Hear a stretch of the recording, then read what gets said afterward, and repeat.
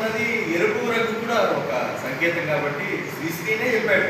సింధూరం భక్తజనం బంధుత్వం సంధ్యారాగం అని చెప్పి ఆయన తూర్పు సింధూరపు మందారకు వేదలని సినిమా పాట కూడా రాశాడు ఆయన.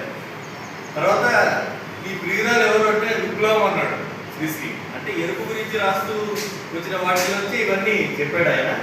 అలాగే సింధూరం అని సారంగంటే అది రౌండ్గానే పెట్టారు, మరి రౌండ్గా పెట్టారు, అక్కడ పావురాలు ఎగురుతున్నాయి, ఓకే అంతవరకు ఓకే. కానీ సింధూరం అన్నది ఆయన తీసుకోవడంలో విప్లవానికి చిహ్నమైన ఎరుపు రంగును తీసుకెళ్ళొచ్చని నేను అనుకుంటున్నాను.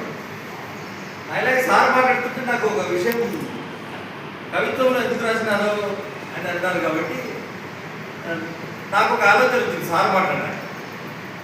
దీన్నే మళ్ళీ ఇప్పుడు మార్క్స్ దాస్ క్యాపిటల్ ఒక 1500 పేజీలని ఒక 100 పేజీలకు అది మళ్ళీ గద్యంలోనే రాస్తే ఎవరికి పెద్ద రుచించకపోవచ్చు.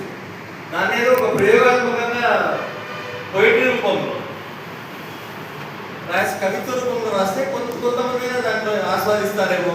దాంట్లో ఉన్న కళ ఏదైనా అంటే కవిత్వం చెప్పే క్రమంలో విషయాన్ని కొంచెం ఇంకా పటుత్వంగా కొంచెం అందంగా చెప్పొచ్చన్న ఊహ వాళ్ళిద్దరికీ కవులిద్దరికీ ఉన్నట్లు అనిపిస్తుంది. ఏమైనా కానీ సారు దాని లోతుల్లోకి వెళ్ళి చెప్పారు, బాగా చెప్పి వాళ్ళ కష్టాన్ని నిజంగా ఆయన చెప్తుంటే వాళ్ళ కష్టం మనకు తెలుస్తున్నది. ఊరికే ఆశామాషి వ్యవహారం కాదు. అందుకు ప్రసాదమూర్తి గారు కూడా చెప్పారు, వాళ్ళు మొదట రాసినప్పుడు సార్ చూపించడం ఇదంతా కూడా చెప్పారు. కాబట్టి వాళ్ళ కష్టాన్ని ఖచ్చితంగా మనం గుర్తించాల్సిందే.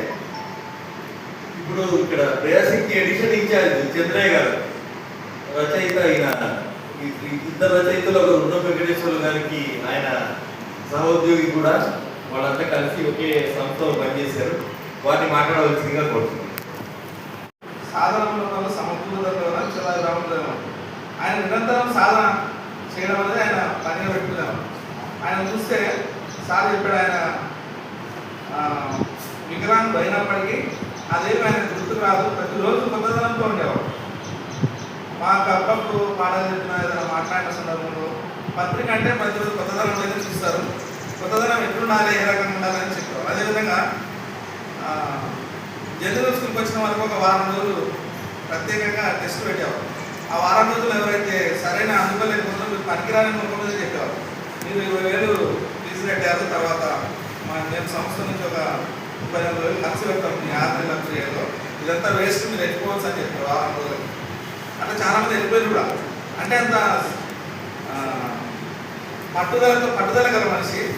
దాన్ని ముందే ముఖ్యంగా చెప్పి విషయాన్ని ఇది పనిలోకి రావాలంటే ఇట్లాంటివి ఉండాలని చెప్పి అని చెప్పేవారు. అదే ఆయన పట్టుదలనే, ఆయన పట్టుదల అవన్నీ చూసినప్పుడే ఈ మన సింధూరంలో కొన్ని పద్యాలు ఇవన్నీ విషయాలు చెప్పినప్పుడు కూడా కొంచెం నిర్దిష్టంగా కనపడతాయి. అదేవిధంగా ఆయన ఇంతకుముందు ఇదే కూడా కాకుండా గతంలో వాడక భాష అనే పుస్తకాన్ని కూడా రాశారు. పత్రికా రంగంలో వాడక భాష వాడతారు, ఎట్లా వాడక భాష ఎట్లా ఉంది రంగనాయకమ్మ రాసిన తర్వాత కొంత బాగా చేస్తారు. ఏంటంటే ఆయన ఉన్న వెంకటేశ్వర. ఇప్పుడు ఈ సింధూరంలో ఉషా గారు వాళ్ళిద్దరు భార్య భర్తలు, వాళ్ళిద్దరు కూడా ప్రజాశక్తులు పనిచేశారు. సిపిఎం పార్టీ అక్కడ ఏదైతే క్రమశిక్షణ దాని ప్రకారం కష్టపడి పనిచేసిన వాళ్ళకి ఎక్కువ పట్టుదల ఇవన్నీ క్రమశిక్షణ అనేది అక్కడ ఏర్పడింది. కాబట్టి ఆయన రాసే పనిలో కానీ ఎక్కడున్నా కానీ అట్లాంటి క్రమశిక్షణ కనపడుతుంది. ఈ పెట్టుబడి అనేది వాళ్ళు పెద్దలు చెప్పారు, మాస్ పెట్టుబడి ఎట్లా ప్రపంచంలో ఎట్లా ఉంది, ఏ రకంగా మార్పులు జరుగుతుంది, దానివల్ల ఏదైనా జరుగుతుంది అనే దాని మీద చాలా వివరంగా వచ్చారు. దీంట్లో రాసిన పద్యాల్లో కూడా కొన్ని దీర్ఘ కవితలు ఉన్నాయి, కొన్ని చిన్న చిన్న కవితలు ఉన్నాయి, అంటే వచన కవితలు సులభంగా అర్థమయ్యేవి ఉన్నాయి. అందరు చదవచ్చు ఎవరైనా. మనం వేమన పద్యాలు ఎట్లా ఉంటే అంతకంటే సులభంగా వేమన అంటే పద్యాలు ఆయన ఛందస్సులో ఉంది. కానీ ఈయన ఏది లేకపోయినా వచనం కవిత్వంలోనే చాలా మంచి భాషను వాడి ఒక అందరికి అర్థమయ్యే తరహాలో ఎక్కడ తప్పులు లేకుండా చాలా జాగ్రత్తగా ఏ పదం ఏమైతుందని ఆలోచించి ఇద్దరు రాయడం వల్ల చాలా పుస్తకం బాగుంది అనిపించింది. చదివిన తర్వాత మీరందరూ కూడా చదువుతారు రాసిస్తున్నా. దాంట్లో ఒక మీడియా గురించి ఒక కవిత ఉంది. నోట్ల బందీ అయిన బడా మీడియా ధన జన భక్తులు తలుపులపై బడాయి రాతల కూతలు కూస్తూ ఆకలి కేకల లెక్కలు వేయదు. బడాయి రాతల కూతలు చూస్తూ ఆకలి కేకల లెక్కలు వేయదు. అందుకే అది బడాయి మీడియా, జనహిత వ్యతిరేక రేడియో అని చెప్పారు మీడియా గురించి. మరి చాలా అంశాలు ఆయన కష్టించి పంచే రైతుకు ఉరితాడు బతుకులేలా,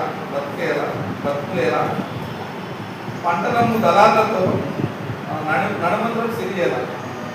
ఇట్లా చాలా అంశాలను మన మనిషి ముందు నుంచి చివరి వరకు తర్వాత మారిన పరిస్థితుల్లో పెట్టుబడి ఎట్లా మారుతుంది, తర్వాత మార్పు అనివార్యమైన అంశాలు కూడా చాలా విషయాలు ఇక్కడ మార్క్స్ శాస్త్రీయంగా చెప్పిన అంశాలు చాలా విషయాలు ఉన్నాయి. వాటంతా చదవాలని ఈ అవకాశం ఇచ్చిన సాహిత్య